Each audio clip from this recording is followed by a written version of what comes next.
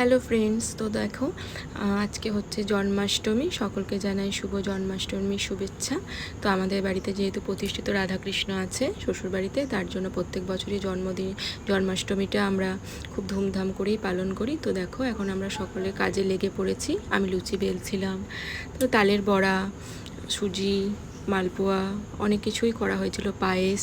তো এক একজন এক একটা কাজ করে নিচ্ছে আর কি। তো এরপরে দেখো আমি ঠাকুরমশাই চলে এসেছে, বিকেল 5:30 নাগাদ চলে এসেছিলো। তারপর এই যে আমি গোপুসোনাকে দুধ, গঙ্গা জল সব কিছু দিয়ে স্নান করিয়ে নিচ্ছি। তো তারপরে আবার গোপুসোনার জন্য একটা অন্য ড্রেস রেডি করছে ঠাকুরমশাই, যেটা পরাবো।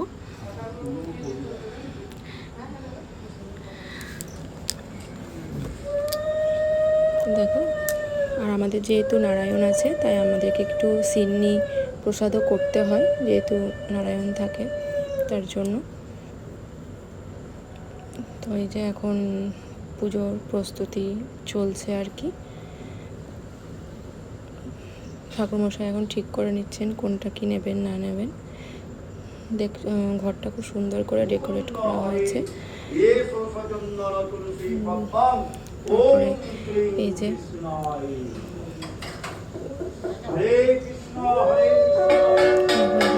কাঁসর ঘন্টা সব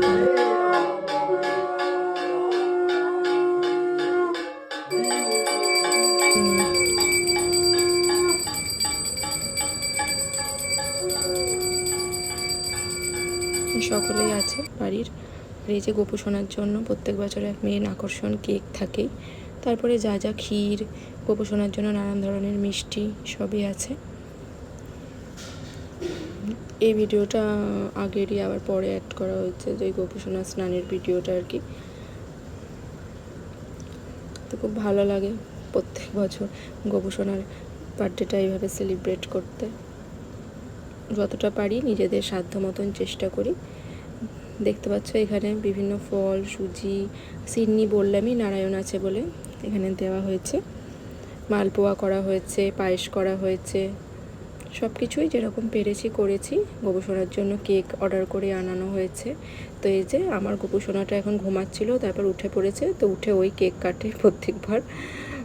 তো তাই ওকে দিয়ে কাটিয়ে নিচ্ছিলাম। আর ঘুম থেকে ওঠার পর একটু রাগ রাগ মুখ হয়েছিল আর কি, সদ্য ঘুম থেকে উঠে আমাকে দেখতে পায়নি তার জন্য। তারপরে এই যে দেখো এখন প্রসাদ বিতরণ করা হচ্ছে। যে সকল পাড়ার আশেপাশে লোকজন থাকে আর কি, তাদেরকে প্রসাদ দিয়ে দিচ্ছে বোন ভাগ করে। তারপরে আমাদের রাত্রেবেলাতে প্রত্যেকবার আমার বর নিজের সাধ্য মতন চেষ্টা করে পালক সেবা, তারপর